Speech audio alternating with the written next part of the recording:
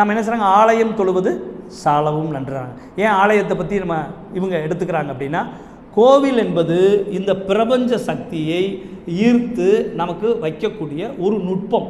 ஒரு ஒரு இவரோட வார்த்தையில் சொன்னால் எப்படி குண்டலினி யோகம்னு சொல்கிறோமோ அதே போல் ஒரு நுட்பம், ஒரு டெக்னாலஜி கோவில் என்பது அதோட அடிப்படை. ஆலயம் என்பது ரெண்டுக்கும் அர்த்தம் ஒரே மாதிரி இருக்கும்.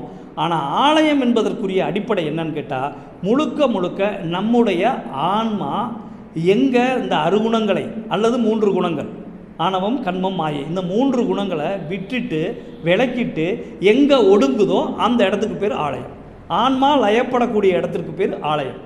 கோவில் என்பது இந்த பிரபஞ்ச சக்தியை எடுத்து வச்சிருக்கக்கூடிய, அதாவது ரெண்டையும் ஒன்றா சொல்லலாம். ஆனால் அந்த ரெண்டுக்கும் என்னென்னா ஒரு சின்ன சின்ன இடங்களில் சின்ன சின்ன வேறுபாடுகள் இருந்தாலும் ரெண்டுக்கும் பெரிய வித்தியாசமாக நம்ம எடுத்துக்க முடியாது. இருந்தாலும் ஏன் ஆலயம் தொழுவது சாலவும் நன்று என்னன்னு சொன்னாங்கன்னா, ஒரே காரணம், எங்கு ஆலயம்